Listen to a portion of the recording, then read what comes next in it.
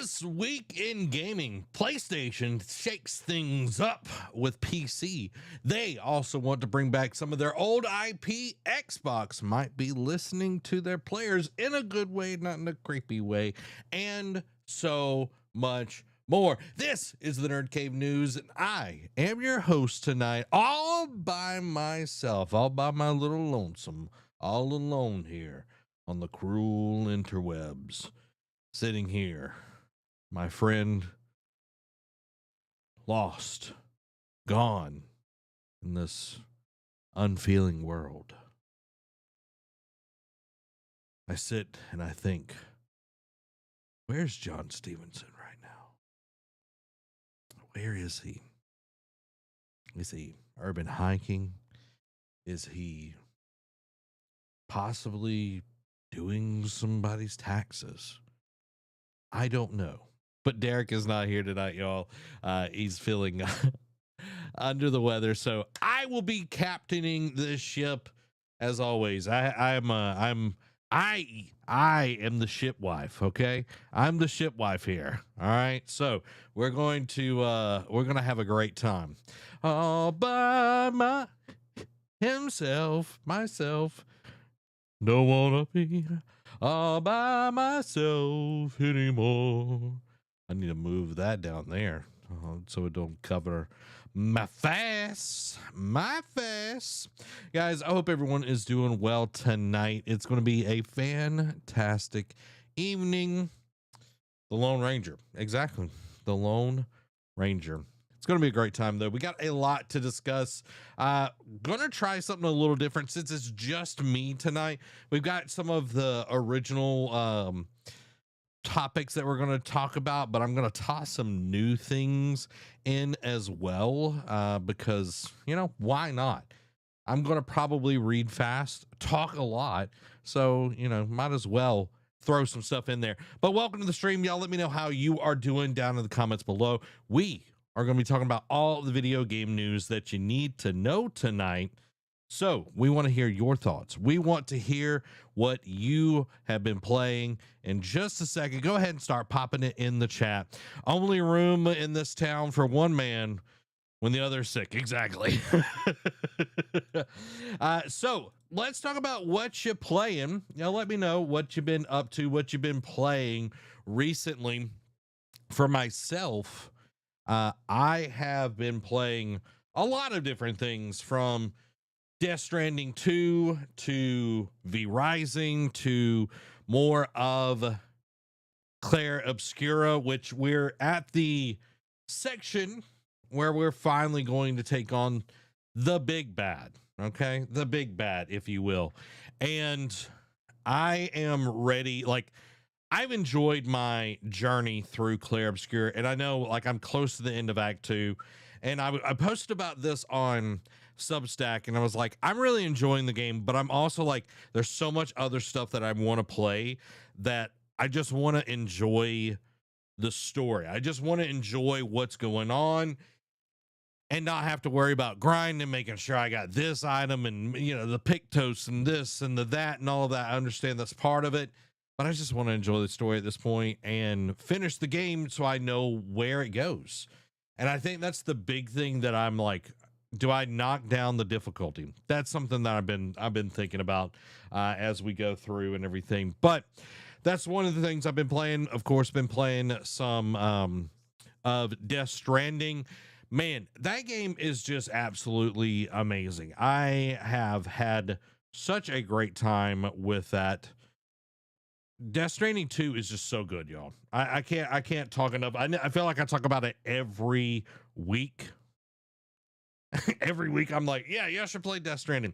It's absolutely amazing. If you're looking for a good single player story driven game, it's amazing. And it's available on PlayStation and PC, which we'll be talking about more of that because those days are done. Sony's not going to be bringing single player games to PC, which we're going to talk more about in a little bit. But that's what I've been kind of playing. I've also, like, I think I've finally gotten into, like, with V Rising, I'm like, am I in my builder Like, not necessarily Minecraft. I never got into Minecraft, but am I in that mode? You know what I mean? Am I finally into that kind of game? You know, that's what I'm thinking is like, am I finally into that? So I don't know. Michael, what's up? Hope you're doing well tonight. Y'all let me know what you've been playing down in the comments below. Tomorrow is Lego Batman Day, which is going to be awesome. A lot of people are going to be getting that. I'm on the fence. Like, I hear some people raving about it. I hear some people, I don't know. So I'm kind of like, I'm trying to like get a consensus. I need to watch a few more videos of people that I trust, because that's the biggest thing is like when you're Amy is just like posting the one man things up in here. I was like, what? You can probably hear her cackling, y'all. What did you say? She's not going to say it now. Um, but like one of the things that I am trying to get better about is figuring out like who to listen to, because like so many places, like I know Mouse PI for hire, like some people are like, oh, this is an amazing game, and then other people are like, oh, too much cheese, too many mouse puns, and I'm like, that's what the game's about. That's what the game's about, is mouses and cheeses. But I still do want to play Mouse PI. Michael says, doing good. Just got back from Troy. Man, that place has changed a lot. Yeah, you got stuff. You got stuff. I was like trying to stay on target. Stay on target. What's up, Nate? How's it going, my man? Yeah, like Troy has changed a lot, but it hasn't changed a lot at the same time, which is weird. Like so many things are still exactly the same, but I didn't grow up there, so it is a little bit different for me. But there is a lot of new stuff there. But yeah. John Stevenson not feeling great tonight. He said he got some orange juice. I was like, do you need a care package? And he was like, I got orange juice. And I'm like, that's not what I asked, Derek. It's not what I asked. I asked if you needed a care package. I'm trying to help you out. But we got an awesome show tonight. We're going to be talking about a lot of different things. We are going to be doing something a little bit different after the 4 original articles that Derek gave me and everything. So since it's just me talking, there are some stuff that I wanted to bring up that did come out and I thought was pretty interesting to chat and talk about tonight. So it's going to be a little bit different. It's going to be maybe a little bit more relaxed, more chatty and all that kind of stuff. So y'all are here. It's going to be an amazing time. If y'all haven't already, smack the like button. It helps us out so much. It tells the algorithm lords that, hey, this peasant over here, it's pretty good. You should do that. OJ, the only remedy a real man that is an urban hiker needs. Exactly. That's all Derek needs is OJ. I was like, all right, man, if OJ is the thing to get you there, thanks, Nate. Smack. Y'all let me know what you're playing down in the comments below. And make sure throughout this whole evening, y'all let me know your thoughts, your opinions on this. We're going to be pulling them up live as we go through all of these various stories tonight. So without further ado, let's get into, I'm going to take a little sippy sip.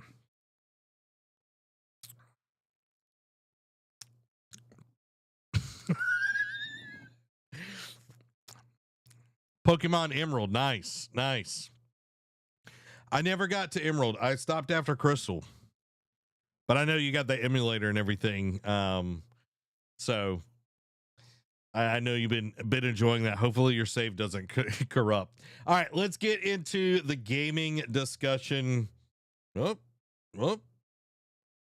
That's not working. Okay, the gaming discussion tonight. Infamous is reportedly getting a revival on PlayStation 5, possibly in the form of remakes of the PlayStation 3 titles. And this is by Michael Herodens at PlayStation Universe. According to the latest VGC podcast, PlayStation is working on a revival of the Infamous franchise for the PlayStation 5. Although right now it's unknown if it's a remake or a brand new entry into the franchise. I would love to get a brand new entry and get some remakes, but we'll see. Jordan Midler revealed that he is under the impression that there is an infamous thing happening somewhere else in PlayStation at the minute, and noted that Sucker Punch Production, the studio behind the original games, isn't involved in the project. Later that day, Greg Miller of Kinda Funny podcast called Midler and asked him to elaborate on the scoop, to which Midler said that he only heard it from a single source and had yet to corroborate it. However, the VGC journalist added that based on what he was informed, it is believed that the project will be a remake for the first two Infamous titles for PlayStation 5. That was told to me directly, but that was very much implied, he said. He also added that there was a chance that it could have been scrapped. Sucker Punch Productions are not involved in the project isn't surprising, seeing how much they've been busy with Ghost of Yotei over the past few years. This is huge. Last July, the studio's creative director, Nate Fox, said that while he'd love to work on a more Infamous games, including seeing the original games getting re-released, it wasn't possible at the time, as Sucker Punch is a one-game studio. Right now, it's unknown what their next project will be. So, just kind of give you an overview.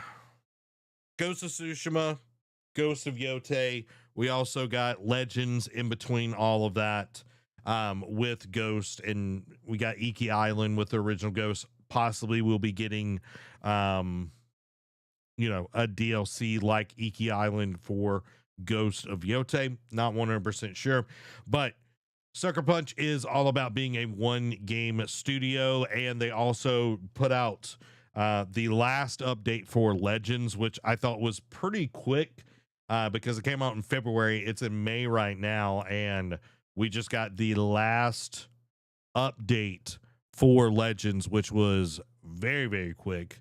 So it's kind of crazy. So with all of that being said, I would love to see Infamous come back. The last one we got was Infamous Second Son, and it was good. I thought overall it was good. It really showcased what the PlayStation 4 could do back in the day, and I enjoyed the powers that we were given in that game. I think revisiting with like Cole and all of that, I think this would be a very, very good way to bring back that franchise, get people excited, and maybe Sucker Punch, gets in there and makes the new game. While, unfortunately we don't have Blue Point anymore, PlayStation, but maybe this is a way for us to, get this series revitalized, which we're going to be talking about more IP that might be getting revitalized. But yeah, this definitely needs to be something that PlayStation does. This is a beloved franchise. 1 and 2 were really good. Again, Infamous Second Son, I feel a lot of people kind of leave out, but it was a really good game. And like the first two, I never played the second Infamous game, and then you had the one where they went to like New Orleans, which was like a DLC and everything, which was like had vampires or something like that. But it was cool. It was like getting to choose, like, are you going to be a good hero or a bad hero? You had lightning powers, all this kind of stuff. You could fly around. It was Spider-Man before Spider-Man. It was all of that good stuff, and I'm pretty sure it came out before. Let me see. I want to see when it came out. Infamous video game. Not that one. I want to see. First one was 2013, and then let's see when Arkham Asylum came out. Arkham Asylum 2009. Okay. So Batman definitely paved the way for Infamous, but Infamous had some really cool ideas around what this kind of game could be. Not Infamous Second Son. I just want Infamous. Let's look. Game. All right, let's look here. 2009. Both of them came out in 2009.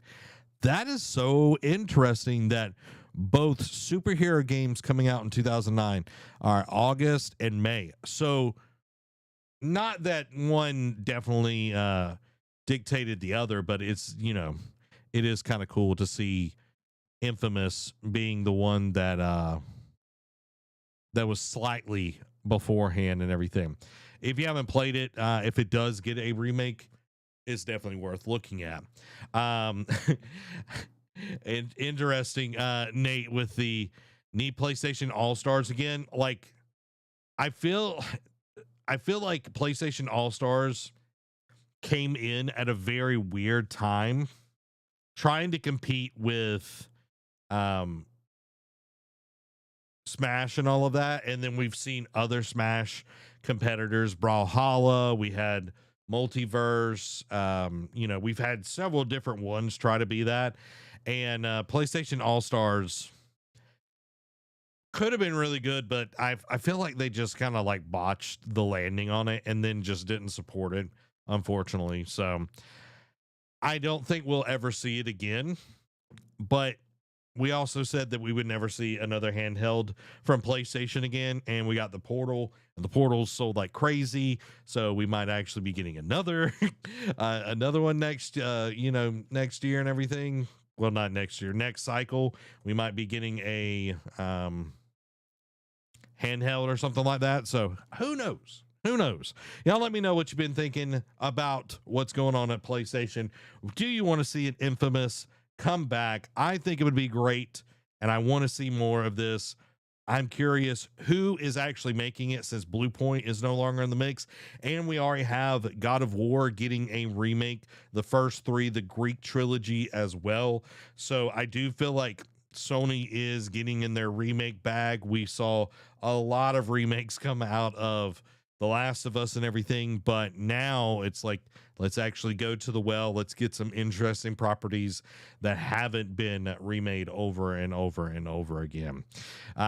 Amy says, I've been lacking on my Animal Crossing. I either need to demolish my island or find a new game to play.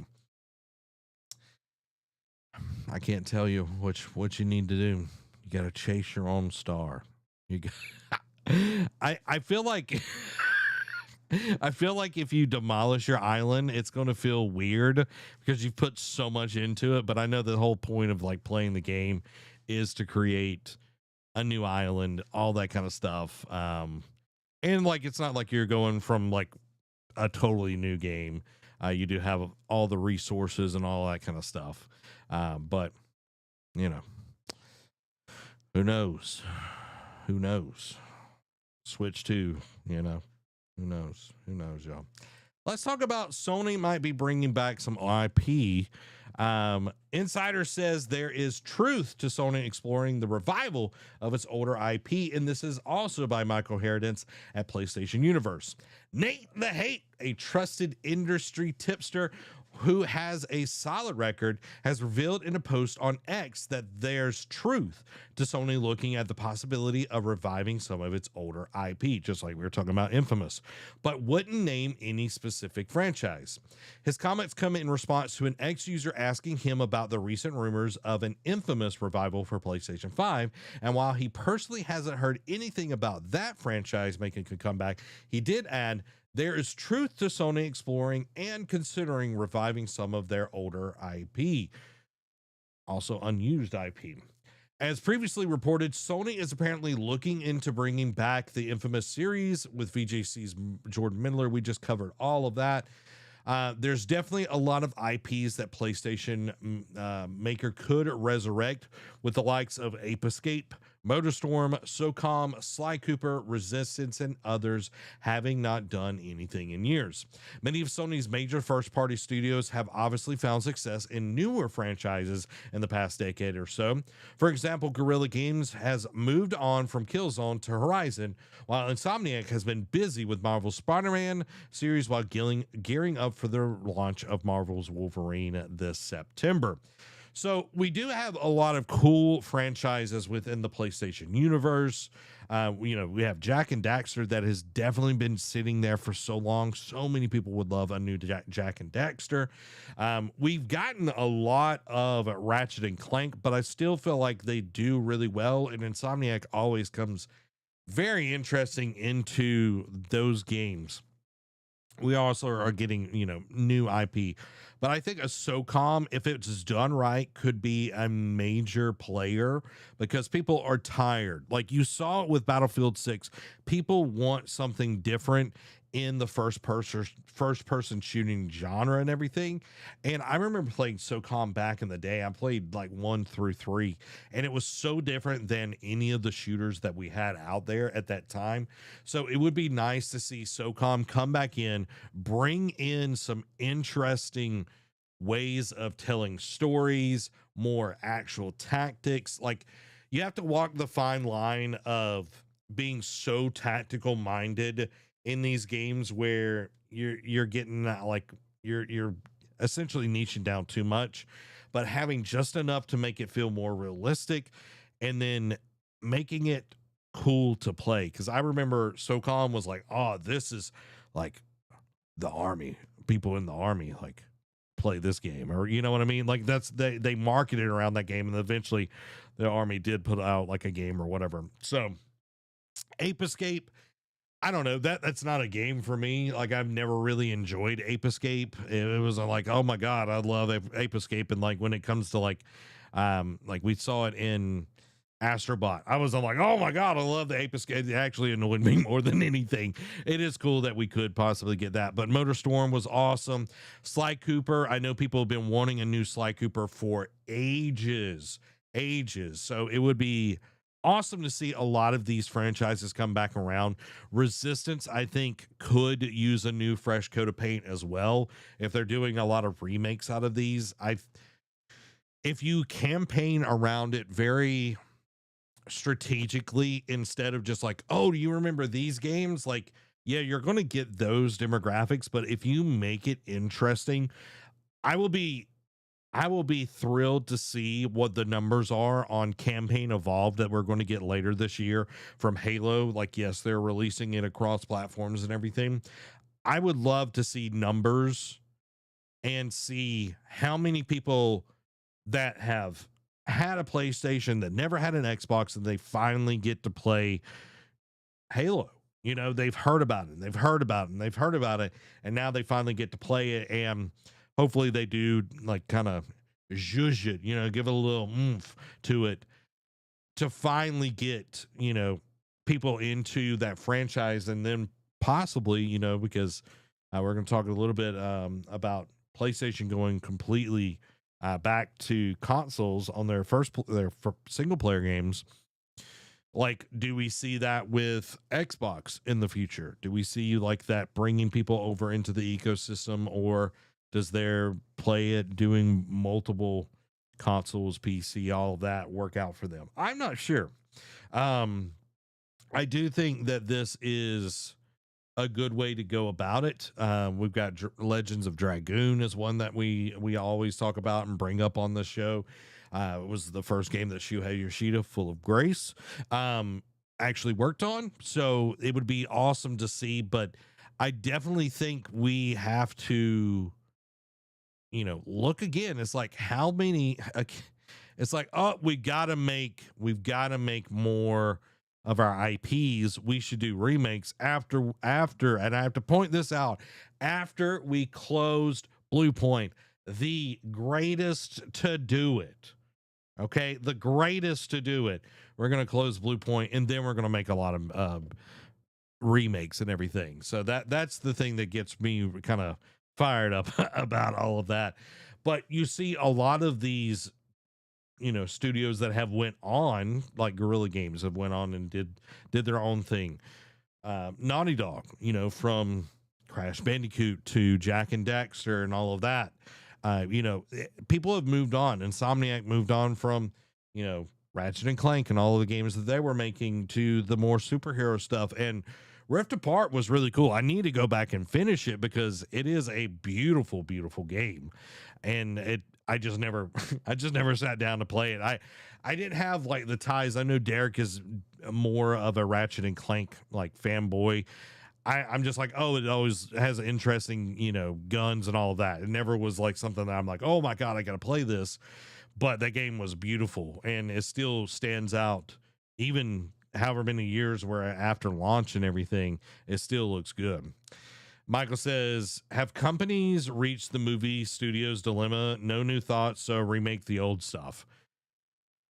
Um, I think that's where we've been for a while. And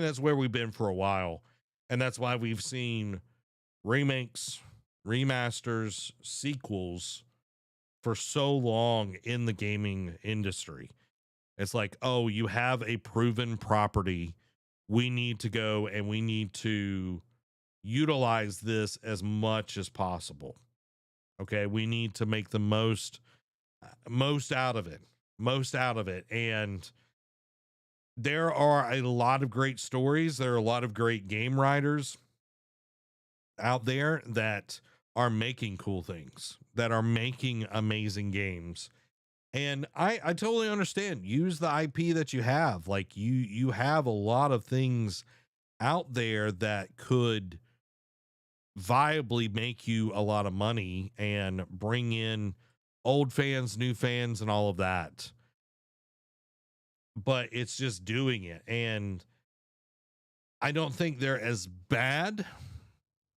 Hear me out, as bad as the movie side of things, but they definitely aren't great on some of it. So um this excites me in a way, is to see some of these things, but I um I definitely want I want some things to come back, because we did get like a medieval remake on the PlayStation 4, and I'm trying to remember everything that PlayStation has. Um, let's see their franchises. Okay, can y'all read that? That's like really harsh on the eyes. Let's see. Let's zoom her on in. How about that? All right, let's go dark mode as well, because my God, that's okay. Ape Escape, Arglad, don't know what that is. ATV Off Road Fury. Why not? Buzz. Is that what I think it is? No, it's not. EverQuest, I feel like that was huge. 17 games in that property. Everybody's Golf was, if I remember right, was huge. We keep getting Gran Turismo, God of War, of course, Gravity Rush. I think we were getting like a movie or something out of Gravity Rush. I'm not 100% sure. Let's move this over to the screen. It's a little bit easier to read. Come on.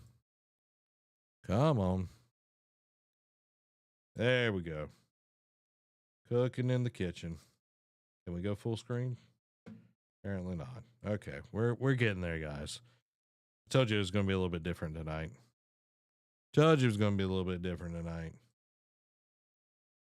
All right. And then we have Horizon Infamous Invisibles. I don't know what that is. Jack and Dexter. I don't want Killzone to come back. Okay, I'm gonna just be honest. I do not want Killzone to come back. I feel like Killzone is the least interesting property that they have. Little Big Planet, we've gotten a lot of those. I don't want that. Medieval, however you want to say it. It's a fun game. I don't think it necessarily needs any more. NBA Shootout. Can y'all imagine if PlayStation got the rights to do NBA and NFL games and like, because they do an amazing job, and MLB The Show. What if they did this? What if they did NBA Shout Out and NFL Game Day You know, I'm just saying, like, it would be a crazy way to bring in those, compete with Madden and NCAA, well, not NCAA, but NBA and like 2K, like they've sitting on their laurels over there. I think it would be awesome. Parappa the Rapper, like music games are hit and miss. We already talked about Resistance. SingStar, again, music game. I think it's a hit or miss. I don't remember the Siren series. Oh, okay. Siren, known as Forbidden Siren in Europe and Australia, is a 2003 survival horror stealth video game developed and published by Sony Computer Interactive for the PlayStation 2. It was originally released in Japan on November 6th. Dude, that kind of stuff, like if you did that right, you could make so much money. You can make so much money. So calm. We talked about Sly Cooper, Siphon Filter. Yes. Yes. For everything. Yes. IP is intellectual properties. That's what I'm meaning by that, Brian. Um, they made college football with 989. I'm not sure. If oh, okay, yeah. 989. Okay, let's see. I see that one there. Okay, NCAA Final Four series. I remember those. Game Breaker. I do remember that. I played the mess out of Final Four. Um, this is football. I don't remember that one. Twisted Metal, like Siphon Filter. I feel like would be one of those where if you did this right, if you took the time and you did this right, you would make so much money, because Ubisoft has been sitting on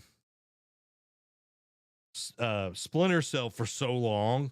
Like, bring Siphon Filter back, do it right, and you would like Siphon Filter was around before Splinter Cell and everything. Twisted Metal, again, like if you, I feel like it's not something that's necessarily what people crave right now. So I don't know if it's something that would actually work. Nate says, Michael says, bring back, where's, it's not bringing it up. Sorry, guys. There we go. There we go. All right, mate. All right. There we go. Bring back NFL Blitz right now. I wish. I don't remember who made NFL Blitz. I don't remember. We can look it up. I must have posted multiple of these bad boys on here. Sorry.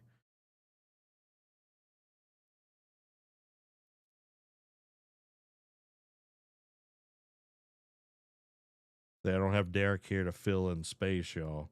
I told you it was going to be a slightly different show tonight. Told you it was going to be a different show. Anyway, I would love NFL Blitz. That would be awesome to see. That would be awesome to think. Anyway, that's what I'm thinking about this. Some cool things to see. Legends of Dragoon was Legends of Dragoon is a, I don't know why it's not on here. Is a first party, if I remember right. Let me look that up. I'm quite sure. Or is my head canon like told me that it's not? Yeah, okay, it is. It is Japan Studio, which is no longer with us. Sony Interactive, yeah. The Legend of Dragoon. This was freaking amazing, y'all. You can still play this now, and it's still amazing. And it, yeah, y'all need to go check it out. Y'all need to go check it out.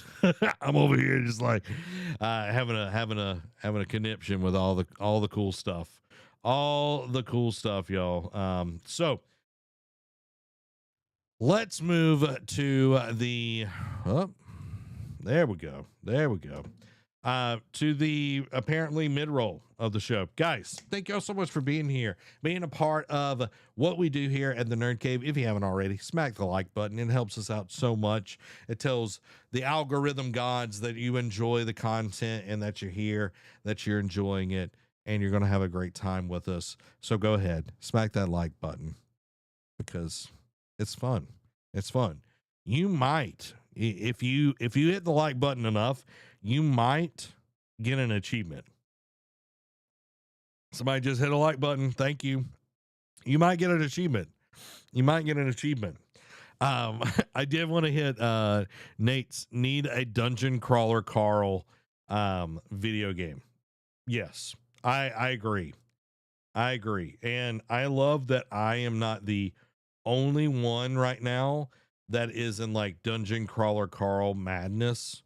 I'm glad that there's somebody else sharing in this with me, that dungeon crawler Carl is amazing. Like, yes, they are making a tabletop RPG, which is amazing, but I would love a video game. I think that would be really cool. Even if it was new achievement, you're hosting the show by yourself. Reward? Nothing.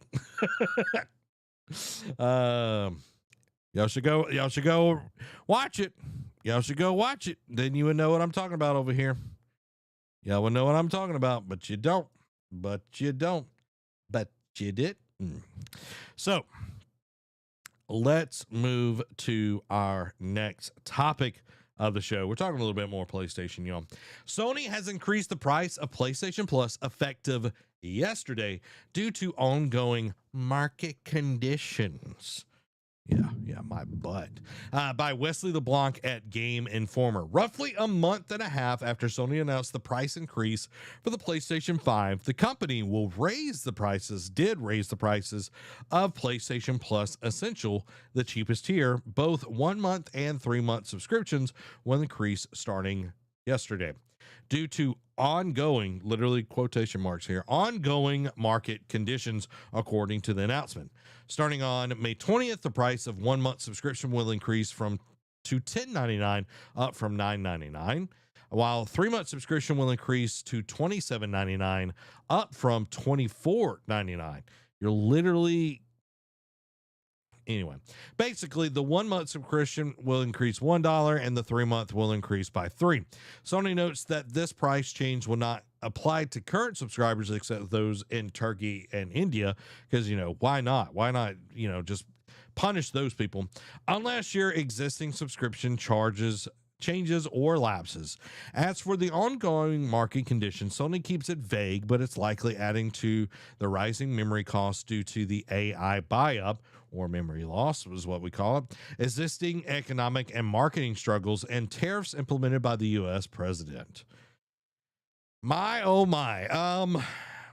It's not a huge increase in all of that, but when it rains, it pours, you know what I mean? When it's like nickeling and diming every single thing. And that's why, like, I've started thinking about gaming instead of like an entertainment kind of thing as a luxury.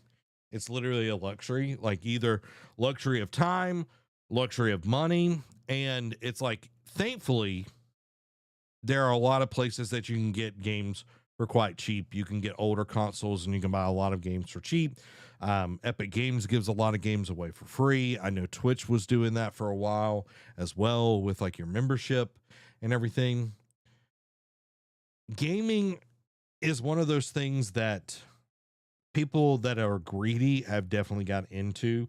And I understand we've got a war going on. We've got gas prices going up. We've got all of these things, and it's like, yeah, they need to make money. I understand that. You got to make money to be able to keep making cool, amazing games. But 9 times out of 10, I feel like this is just to pad more people's pockets.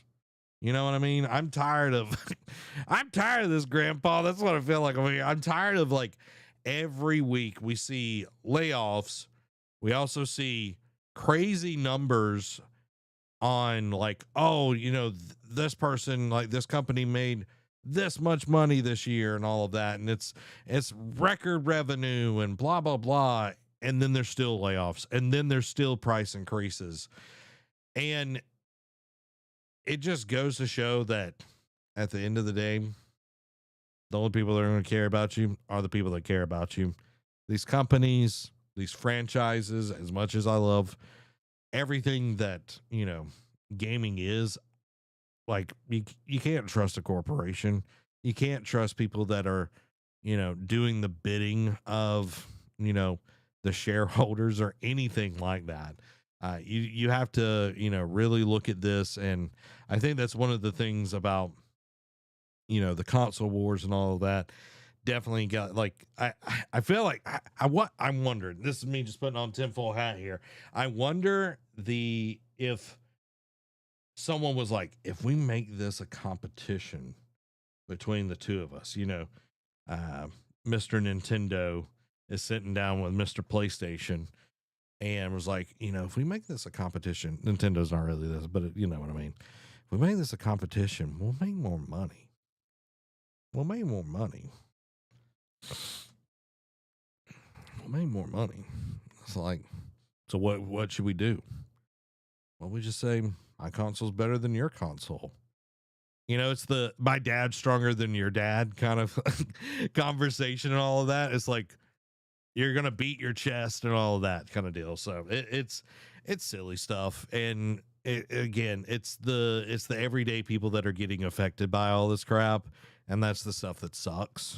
It's the people that, oh, they want to buy little Jimmy a Switch 2, but the price increased, and it might be $50, but that $50 is gas to get to work. That's groceries. That's, medicine, whatever it may be. And it's like, oh, Zach, you're speaking in hyperbolics. And it's like, am I? Like, gaming is a luxury at this point. Like, even over like movies and all of that, yes, it's cost more money on like streaming services and all of that kind of stuff every time they want to raise the freaking prices. But it's like, it's still cheaper than, games. And it's like, oh, well, what about Game Pass? And thankfully Game Pass did go down and everything. But it's like, don't be fooled. Do not be fooled. They only want your money. I think about, you work for a company, okay?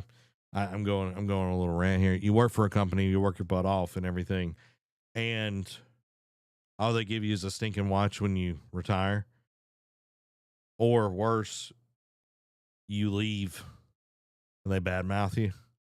You know what I mean? So it's just be careful. Just be careful. I'm speaking truth. I'm glad I'm glad I'm speaking truth over here. It's quiet in the studio, so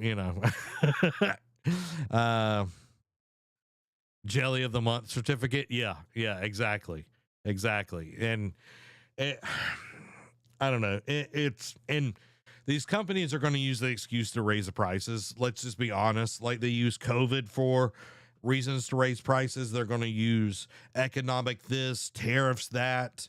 They're going to keep using whatever excuse. It could be like, oh, it's sunny outside, we got to raise the prices. Yeah. We got to pay for Jimmy's pizza party, so we had to raise prices again. I promise you, not everything's bad this tonight. I promise you, I did put some stuff in there.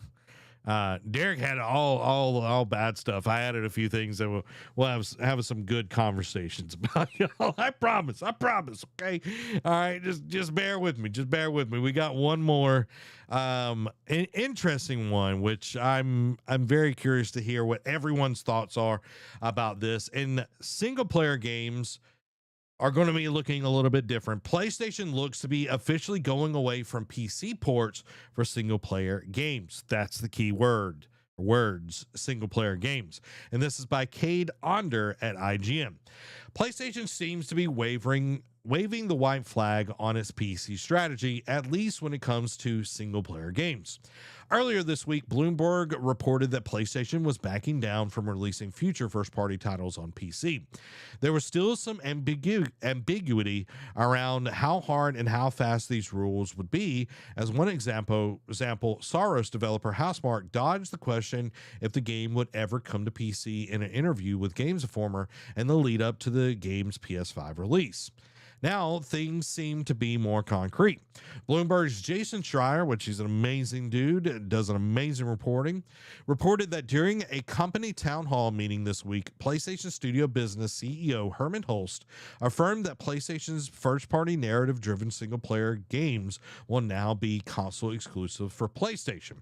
That means you shouldn't expect Ghost of Yotei, Saros, Intergalactic, The Heretic Prophet, Marvel's Wolverine to come to PC. If you don't want to play those games, you should be expecting to buy a PlayStation 5. With that said, Holst specifically calling out single-player games is interesting. This may mean multiplayer-centric games like the in-development fair games, not with a money sign, will still come to PC, something that would be wise given the immense success of Helldivers 2 on PC.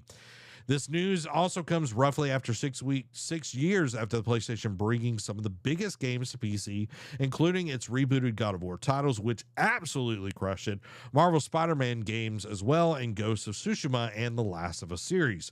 These games often arrive months or even years after the initial release, seen as a way to squeeze extra money out of these games from the people who weren't going to make the jump to PlayStation anyway, because, PC master race. So let's just be honest. There may have been some hope that by creating new fans on PC, it might inspire those gamers to purchase a PS5 too to play sequels of their favorite PlayStation games. So I think, you look at this, there was definitely a mixed bag for PlayStation. God of War sold absolutely amazing on PC. The first Spider-Man did really well as well. And I think after that, and I think Ghost of Tsushima did okay, but a lot of the others was just kind of, it sold some, but it's like, are we actually, like, you think about Spider-Man 2, it definitely did not recoup either on the PlayStation 5 side or the PC launch side, recoup the money that it took to actually make the game. Cost $200 million, and they made like a little over 100 million on the PlayStation 5 side. I'm not sure how much they made on the PC side of things. And it's like, yeah, I forgot about that, Nate, that they did Horizon Zero Dawn over on the PC as well. And I think they did Forbidden West. I'm pretty sure you'll fact check me on that. But it's like, okay, we're going to focus single player, going back to just PlayStation, which I felt like this would eventually happen. And we're in this very peculiar moment where it's like, okay, we tried something different. It did not work. Okay, we're going to go back to what really, brought us to the dance. You got to dance with the one that brought you. You know what I mean? But it being completely single player allows a little bit more maneuverability. That could mean we've got the 2 Horizon games that are going to be coming out. That one is literally on mobile only. One is PC as well.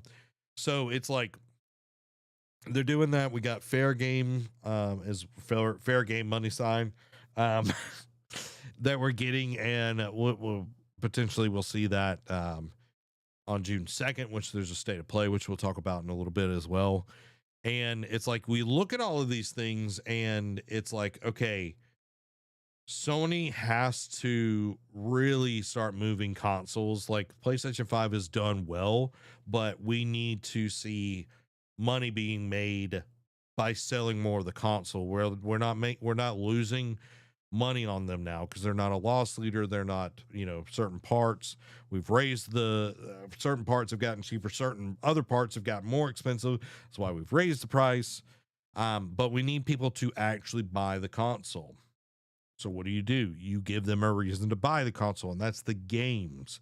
And this actually goes into one of the things that Xbox players are asking for, which we'll talk about here in just a few minutes as well. Nate says decrease the price of the console.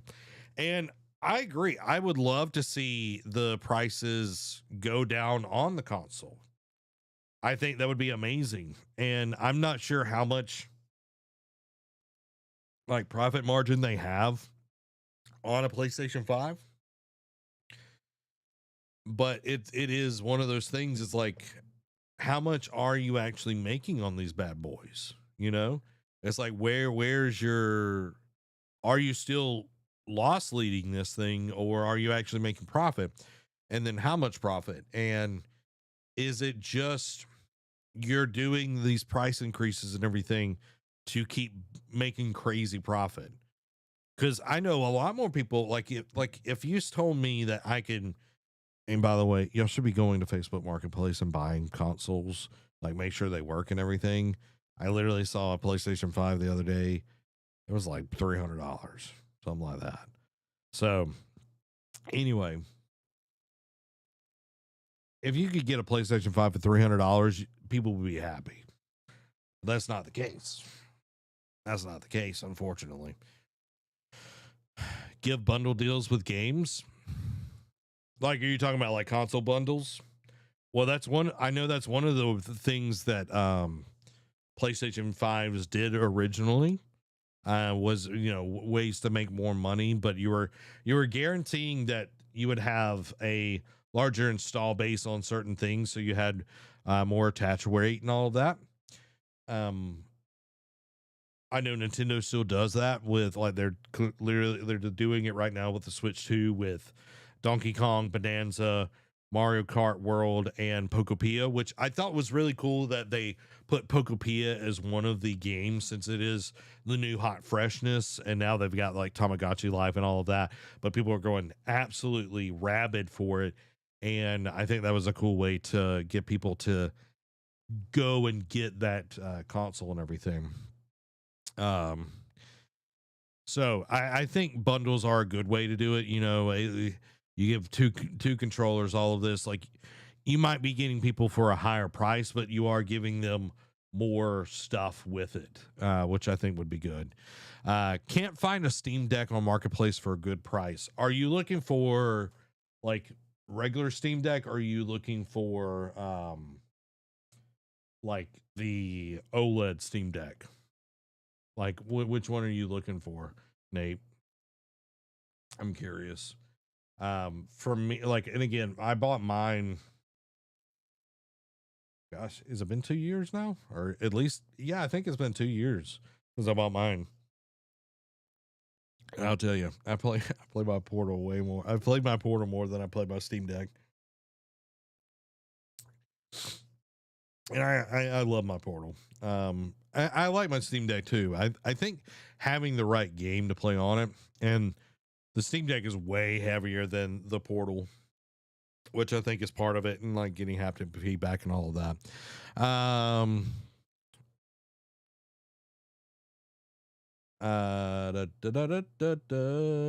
gotta make this where it'll fit. Sorry, guys. Just regular, but since they've become out of stock, people are jacking the price up. Are they actually out of stock? Like, I know they were, but I didn't know if they were still out of stock, Nate.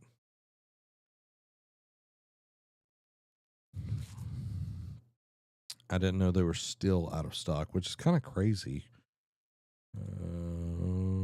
Where is it? Steam Deck. Let's go. Let's look.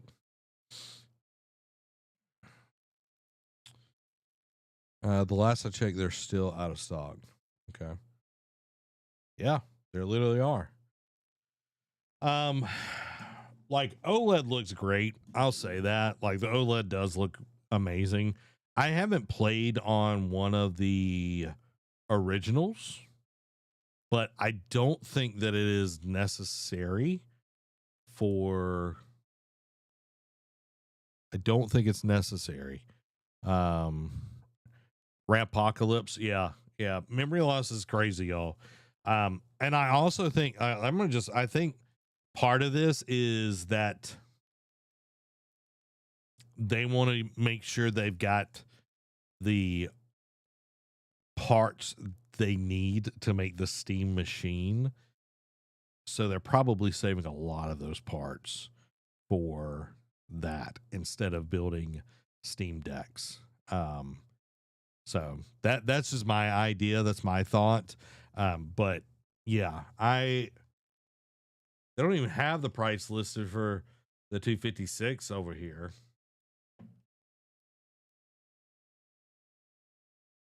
I wonder if if you can get a ROG Ally, a ROG Ally X or whatever.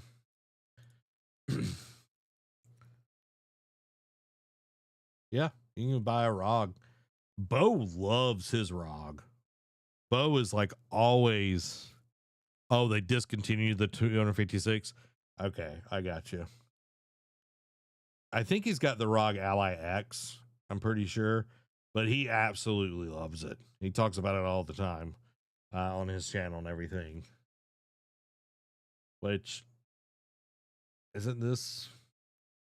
I don't remember what the difference between the X and the no, let's look.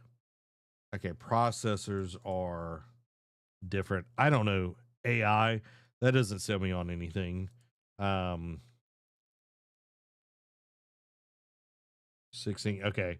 So the RAM is the difference. Okay. That's the only thing. But dude, $999 for that is absolutely insane. Okay, this one, ROG Ally gaming console. Is this a X? No, this is not an Xbox one. $499. Yeah. It is high. I don't think for me personally, it doesn't move the needle for me. And again, like this would have to be a daily driver for me to like actually want to use this, buy this, like give any kind of money to this, because man, oh man, that is expensive. That is expensive. And yeah, that's definitely definitely not something like throwing a grand down for a handheld. I can't see that. I can't see that. Like it just oof. Y'all put a 5 in chat if you had the money, if you had a grand to throw on anything, okay? Doesn't matter if it's ROG Ally X, if it's Steam Machine, all of that. You got all your bills paid, all that kind of stuff. Like, does that move the needle for you? Would you buy a PlayStation? Like, maybe not a 5 in the chat. Like, what would you use that grand on? Like, would we getting new tires on the car? Like, you know what I mean? Like, I think that's like kind of my thought process around things, like it not being like it's a luxury at this point. Steam Machine, says Nate. Yeah. Yeah. Yeah. For me, like, I don't know. It's one of those things. It's like, I don't, I don't necessarily need a Steam Machine, you know? Well, that's why I said all your bills are paid. But yeah, I feel you. Honestly, it probably would go to bills. Yeah. Yeah. Oh, I was talking about single player games. Not wherever I went back to and everything. But yeah, it's one of those things that's like you're kind of figuring it out and everything. But yeah, Steam Machine, I want to see what it actually does, because right now it's like I use my computer to stream on Tuesdays.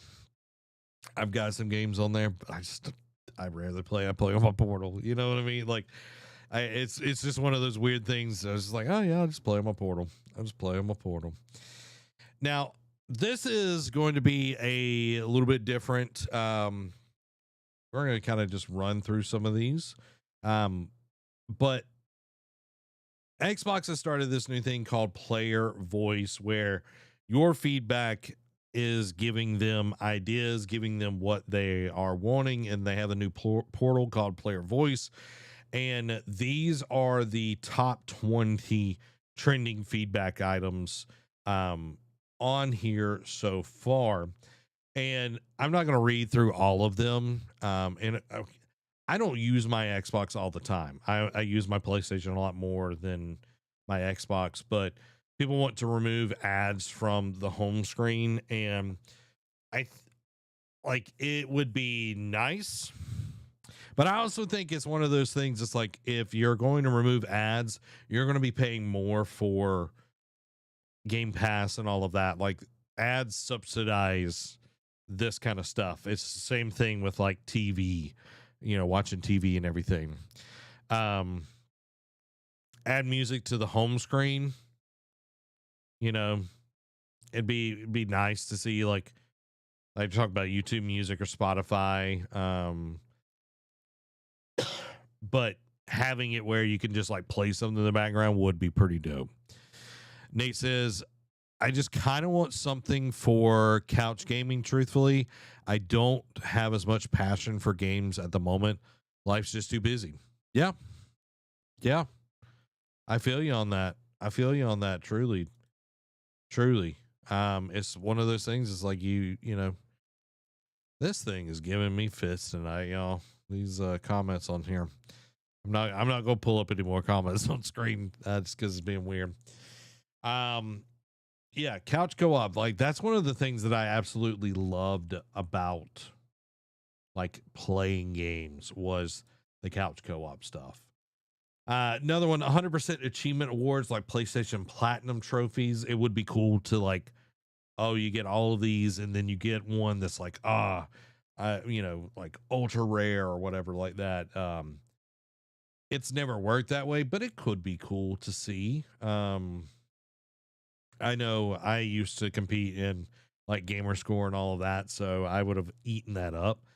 Legacy Xbox game achievements. I didn't know that this was OG Xbox games. That would be cool to like have, like, going back. It's like, oh, if you're playing KOTOR and you play through it and you get like adding those achievements in would be cool. But I think, it does, like, it's coming in here, source code and accessibility, licensing issues. It's a cool idea, but I don't think, because it's like you would have to have, because some of that's on like games like disc and all of that. It's maybe on, I don't know if it's on the back end that would work or whatever, but it's something that the developers would have to do for sure.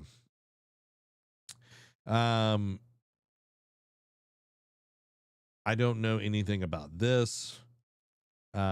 Stream games to YouTube. I know that you could, back in the day. It was what was that? What was it? It was the one that Ninja went to. It was something that was owned by Microsoft. You could stream there, you could stream to Twitch and all of that, but being able to stream to YouTube would be cool for people that do that. Add voice chat, clip recording. It's not that big of a deal. Boost FPS.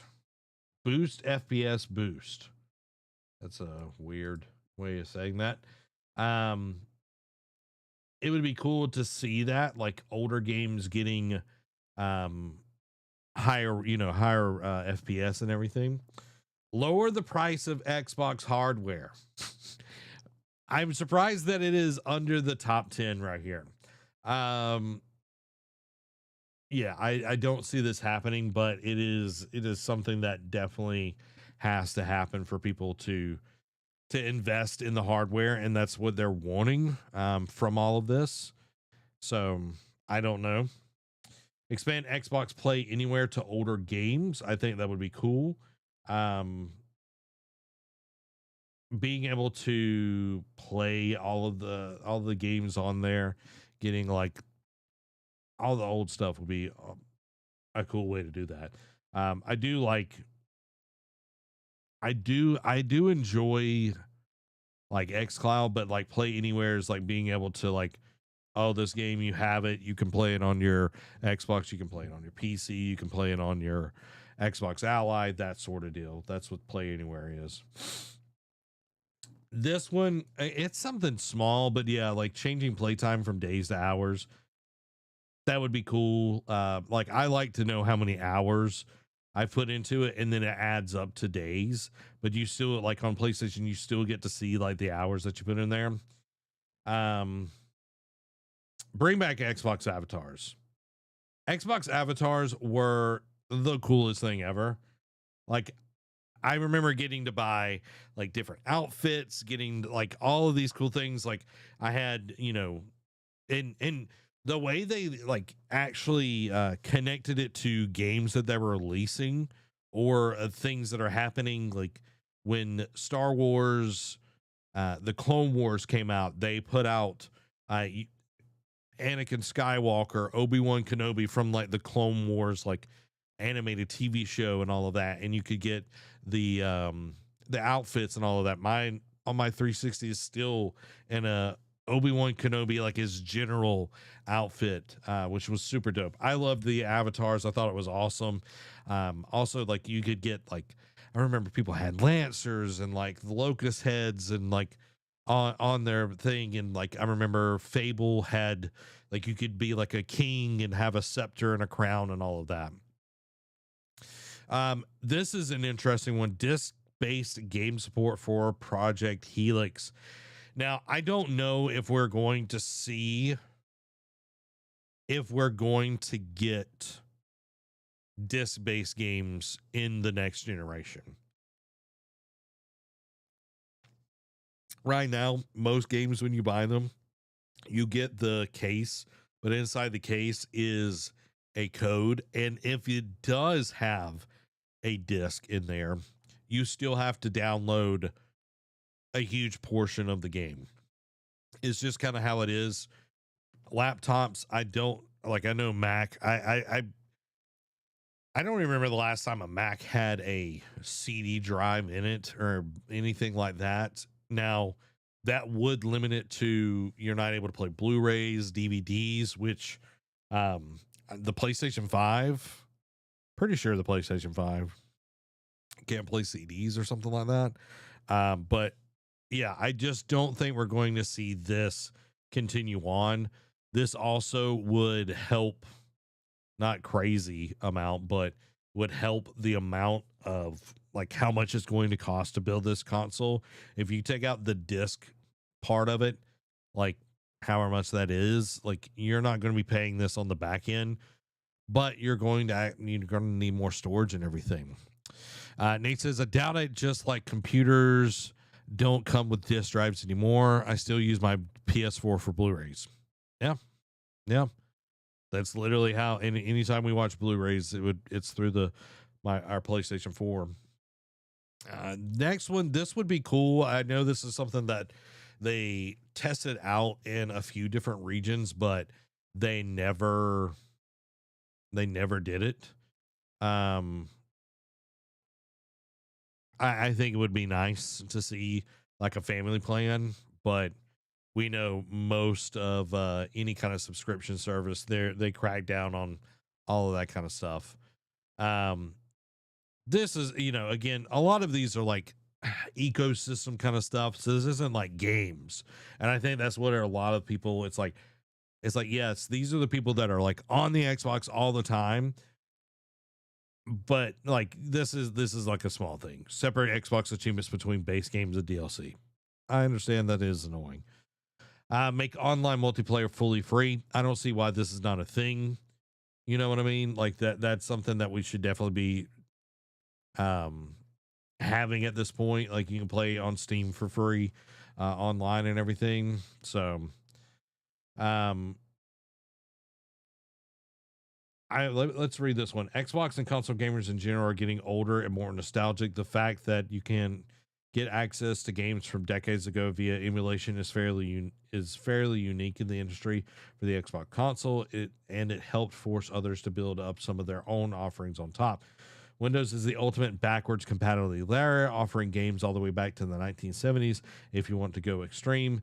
But there are some games that simply never launched on PC, which are now only playable via Xbox 360 backwards compatibility.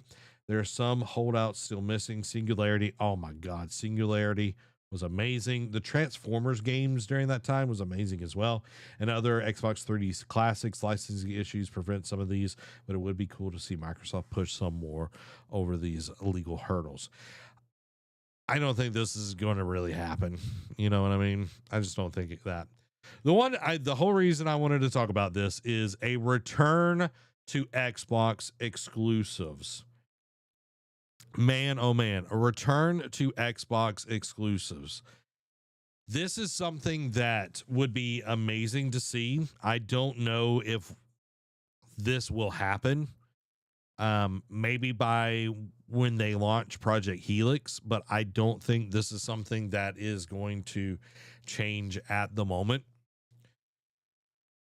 They are really trying to see if going multi-console and going on PlayStation, on Nintendo, of course they've been on PC for a while, like they've seen a reason to stay on PC, and it's like, okay, we're testing it out with Halo Campaign Evolved. We're going to be putting Gears over there, which they already did with the Reloaded, Fable, Forza coming out on PlayStation as well.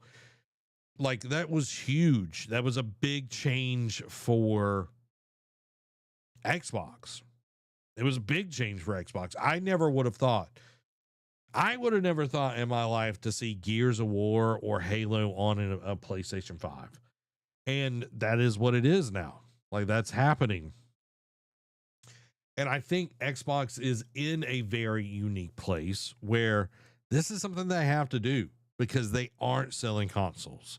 They aren't moving actual hardware. So the thing that makes them money when you actually buy hardware is their software, the games, buying, every game that you can get on there.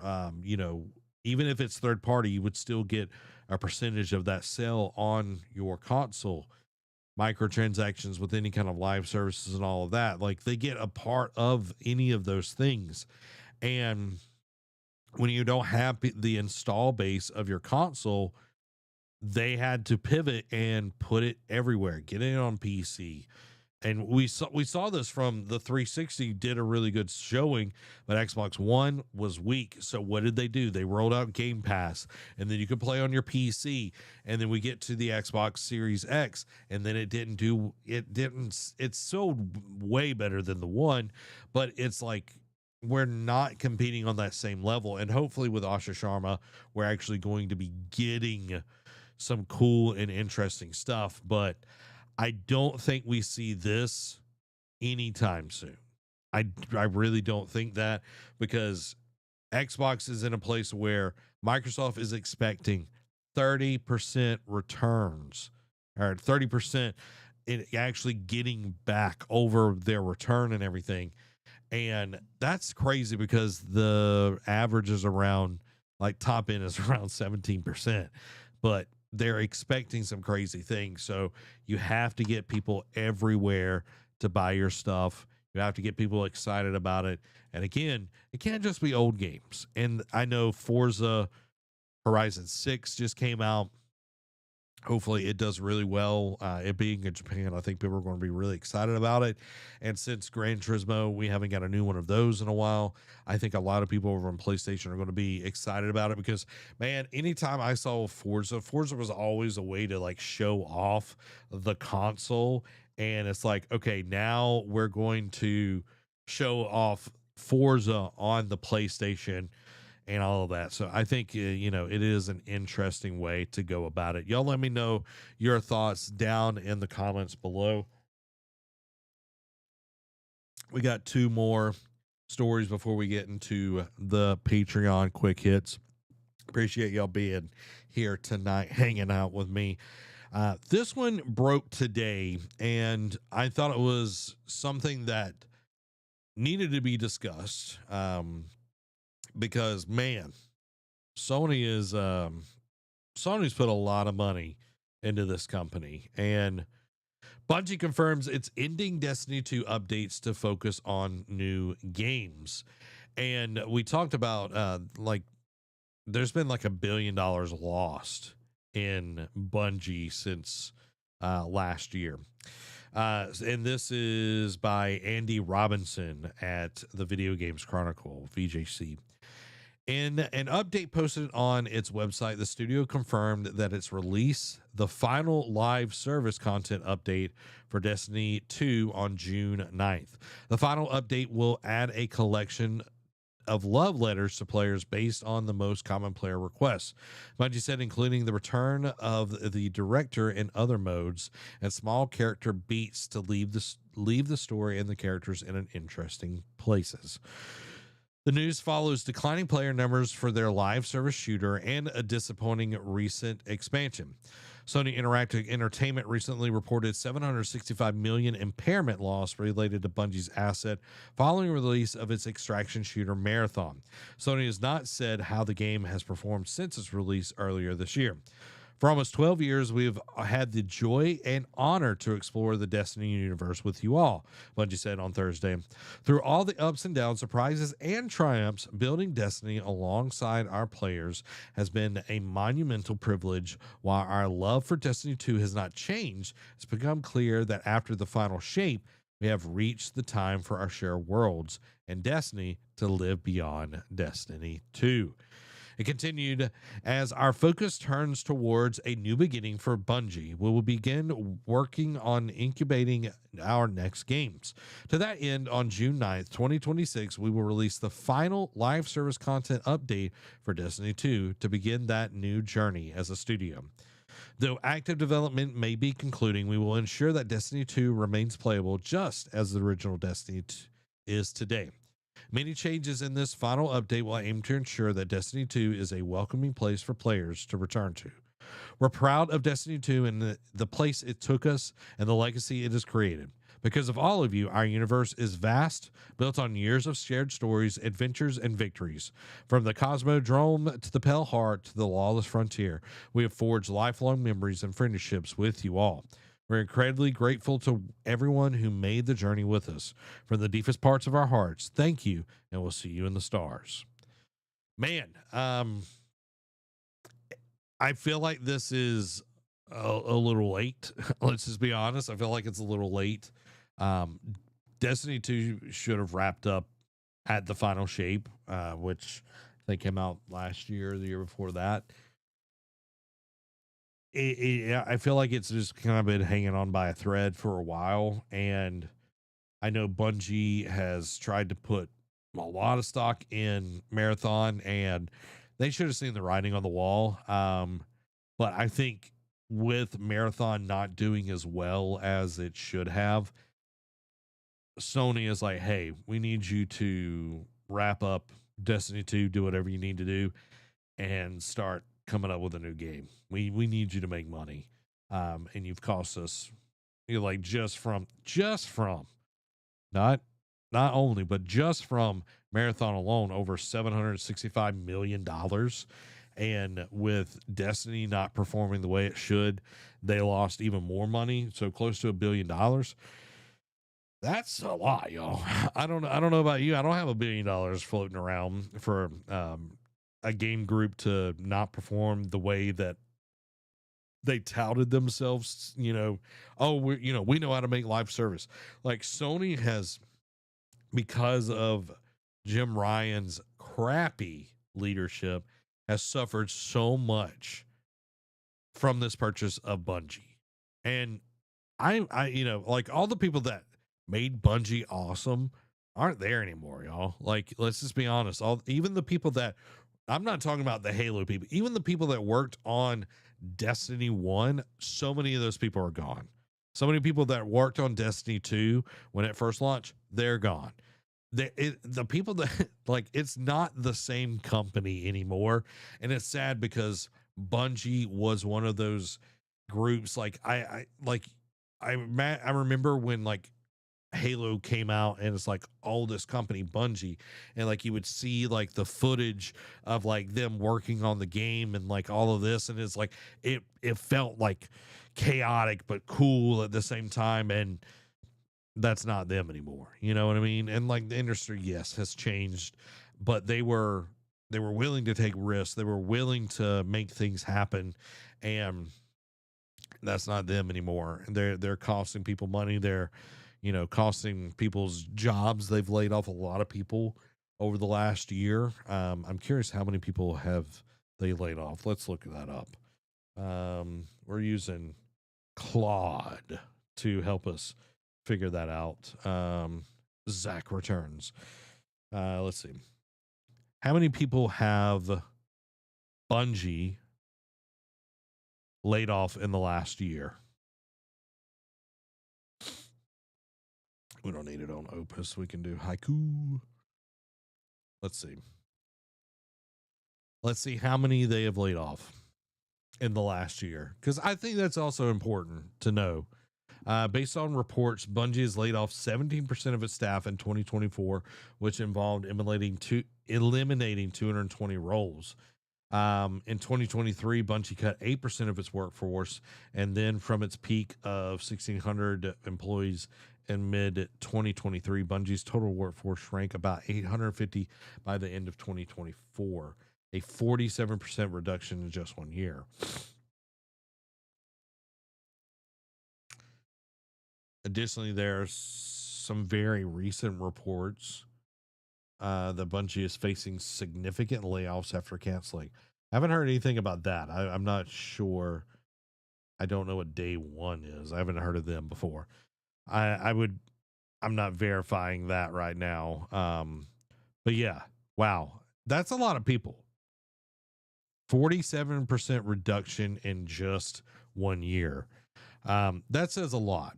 And Sony's wanting their money. Sony's wanting their money. So I hope the best for them. I want to see Bungie get back to what they do well, but it can't be more of this. It can't, like, Marathon's going into its second season. They're introducing PvE and all of that. But I think the diehard people, like, people want something like Destiny where you can, or Halo, where it's like you get to keep the stuff that you have. Like, extraction shooters are very niche. It's not the thing that people, you know what I mean? Like, yes, Arc Raiders did amazing. Tarkov is big, but it's not as, you know what I mean? It's just not what they should have done. Last bit of news before we get into it. I thought this was cool, and I am super excited about this. Which it's crazy. Like, Warhorse was trying to like push us off the trail of this. I think about a month ago, but Kingdom Come Deliverance Studio confirms development of a Lord of the Rings RPG, and this is by Dave Aubrey over at the Video Games Chronicle. In a post on X, formerly Twitter, Warhorse Studios officially posted, "You might have heard the rumors. It's time to reveal what we're working on." In addition to the confirmation of an open world Middle Earth RPG, a new game in the Kingdom Come series was also announced. An open world Middle Earth RPG, a new Kingdom Come adventure. We're excited to tell you more when the time is right. And then we got a little image right here. Y'all can see both of these. I think this is interesting because an open world Middle Earth RPG opens up a lot of things. Okay. Opens up a lot of things. Embracer Group does own the rights to making Lord of the Rings games, and Embracer Group owns Warhorse. So I think this is going to be really cool. I don't necessarily want this based in the Third Age, which is where we see the Fellowship of the Ring and everything. I would love to get, First Age, even Second Age, and get to choose, maybe your a Numenoan or something like that. I like if it's anything like Kingdom Come like is very strategic. It's got a really great RPG stuff, but I don't necessarily want the realism that comes with Kingdom Come, like with the combat and all of that. I want it to be more fantastical, that sort of deal. But I do want like you literally have to like wash, and like if you got blood on you, people are going to think that you're killing people and all of that in Kingdom Come. So it's like, okay, let's see this like done in the epitome of what Warhorse can do, but I don't want the realism. I want kind of an escapist kind of thing. But I'm excited about this. I think Warhorse is going to knock it out of the park. With Kingdom Come side of things, I think a lot the rumors and mill and everything around this is that this is going to be sooner rather than later, and that this is going to be a smaller experience. I know Kingdom Come 1 got a new like a DLC after it launched and everything. This saying adventure, I think we're also going to see this be something smaller, that sort of deal. I don't think the open world Middle Earth thing is going to be soon. I think we're looking at like 2027, 2028, probably 2028. Let's just be honest, because we're in 2026. I don't know how long they've been working on this, but they did release Kingdom Come Deliverance 2 last year, was nominated for Game of the Year. So there's really good pedigree here. So if you think about it, 2028 is like the soonest that you're going to see it. That's a 3-year cycle, which is crazy. Like when I really think about it, I'm thinking like 2030, to be honest. Nate says I'd be interested to play an open world game, LOTR game. Yeah. Um, I would love to explore the Middle Earth. Yeah, go back to a time where the more dragons and barlogs and stuff. Yeah, balrogs. Yeah, like I think that would be cool to see. Like having like, dude, if you got to like the war between oh god, what is his name? Molgarth? I don't think that's Sauron's boss. I'm trying to remember. Morgoth, that's what his name is. Morgoth. I got it before it showed up. Like having like the fight between Morgoth and all the Vanrier and all of that kind of stuff would be insane. Like it would be so cool to see all of that. There's so many things that are unexplored, and it's like, yeah, well, what about the fellowship and all of that? Morgoth as opposed to less goth. Yep. Very true. Very true, Nate. Like, I think that would be a really cool way to like explore like the first age, like the men coming to, to all of that. I think this is going to be an amazing game, and I can't wait to see what Warhorse does. I'm excited. I know they kind of try to throw us off the scent and everything, but this is going to be a fantastic game, and I know that they're going to um, absolutely crush him. Morgoth was really into goth chicks. He probably was. He probably was. I know, like we might fight Shelob's mom, which was like Shelob was huge, but Shelob's mom was like crazy big. I don't know if y'all Shelob's mom. Ungalant. Yeah, look at like let's try to get let's get this girl on the show, the page. Is it only that big? Okay, this is this is Morgoth down here. This is Shelob's mom.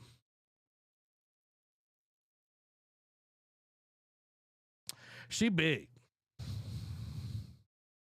She's large and in charge, y'all. All right. I would not want to deal. I would not want to tick her off. Let's just say that. I would not want to tick her off. All right.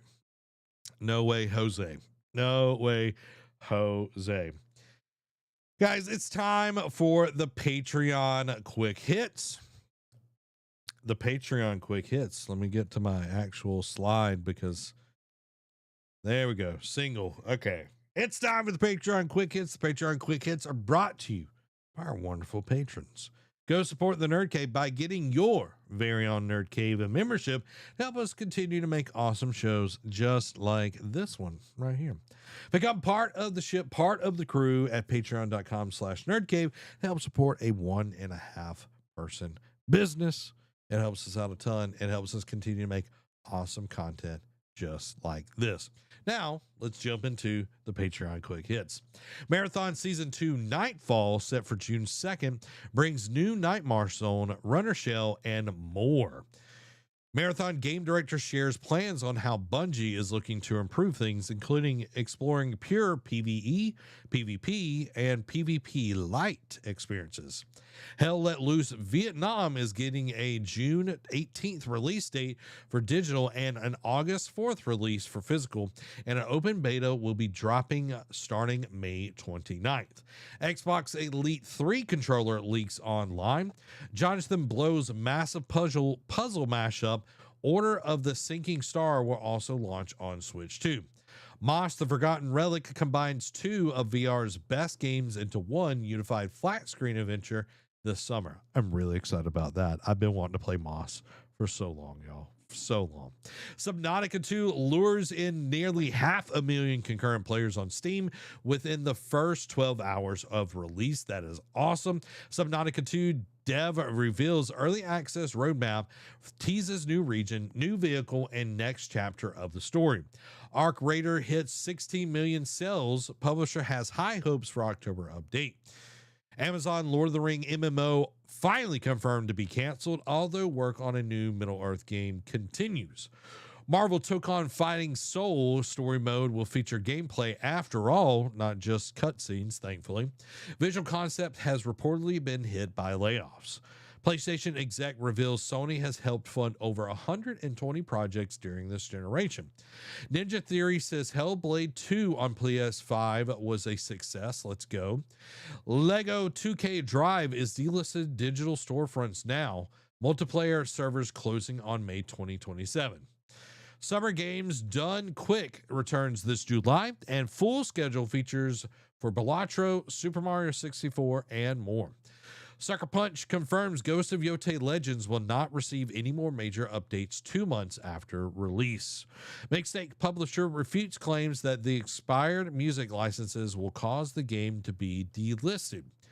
Sony seems to be testing a new feature that reveals PS5 players' counts to the public. I'm assuming accounts. I'm not sure on that, but we'll find out. Forza Horizon 6 makes cherry trees and shrines indestructible, which I'm glad because shouldn't be destroying any of that. Square Enix looks to a new framework to speed up the release of key franchise titles. Sonic the Hedgehog 4 movie has officially wrapped filming. Let's go. I've loved every single one of those. The Dark Picture teases its next installment and hints at multiple time periods. Lego Batman: The Legacy of the Dark Knight was co-developed by Rocksteady. Well, hopefully it's better than the last game. Cyclops and The Thing are now part of Marvel Cosmic Invasion roster. PlayStation console owners launch class action lawsuit against Sony over tariff refunds. The GTA 6 pre-order rumors turned into a big bust. The Take-Two CEO Strauss Zelnick said Borderlands' last-minute art style change cost over $50 million, but without that, the game would have flopped. Terraria marks 15 years and 70 million players with a promise to continue updates. Embracer Group confirms plans to spin off Fellowship Entertainment into its own company. Embracer actively exploring external partnerships with likes of Saints Row, DSX, Timesplitters, and more. Pictonocchio is a Nintendo's Pictonokio is Nintendo's new mobile game that turns your photos into silly mini games. Hasbro cancels D&D game from Star Wars Jedi Survivor director. I wonder if that was Stig. Fortnite is back on the App Store. Tim Sweeney says he's heading into the final battle of the Epic v. Apple in court. Doom soundtrack inducted into the National Recording Registry. Let's go. Microsoft launches Xbox Player Voice, which we already talked about. Warhorse Studio, already talked about that. Returnal director Harry Kruger. Like, that's such an intro. I'm thinking of like the horror villain. Returnal director Harry Kruger has formed a new dev studio based in Finland. RE Requiem is the best-selling game of 2026 in the US so far. PlayStation's State of Play has been set for June 2nd and will feature Marvel's Wolverine and more PlayStation properties. Ubisoft promises new AC, Far Cry, and Ghost Recon games all by March 2029. Valve is trying to dismiss New York's Counter-Strike loot box lawsuit. And Quantic Dream cancels Spellcasters Chronicle 3 months after its early access launch. It says Star Wars Eclipse is unaffected while confirming layoffs. I am so not sure about Quantic Dream's Star Wars game. Like, there's so many Star Wars games that are just kind of out there, but I don't have a good feeling, y'all.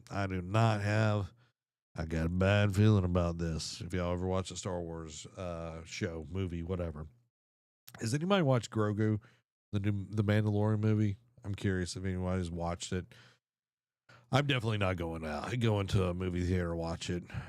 It's got to be something special for me to go watch a movie in theaters at this point. Like the new Demon Slayer movie, 2027. I'll be there. My beautiful wife will be with me. We'll watch it in theaters. But a regular movie, I don't know about that, Joe. I do not know about that. Well, there you have it, everybody. That is this week's episode of the Nerd Cave News. I hope that y'all enjoyed it. I definitely enjoyed getting to break all of that. Nate says, I'm sad about Demon Slayer not coming to streaming sooner.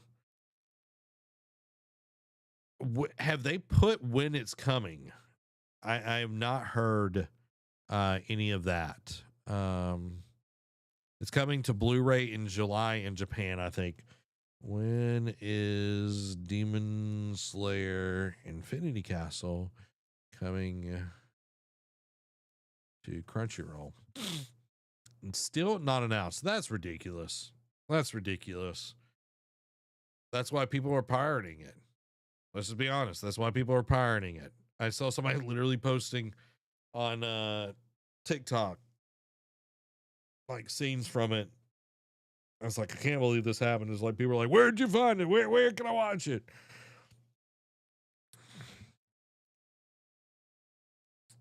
If you know, you know. If you know, you know. Yeah, that's ridiculous. That's ridiculous. But hey, I'm not going to tell you to go pirate it, but that's why One Piece is so popular. Am I right? That's why One Piece is so popular. Well, there you have it, everybody. That is our episode tonight. I hope y'all enjoyed it. We'll be back next week with more awesome content. This has been Zach, and make sure that you go read a book. You go hang out with your loved ones and have a good weekend. Y'all have a blessed week. Bye-bye. You got 95% of the experience tonight. John Stevenson got 5%. Yes, exactly. Bye-bye.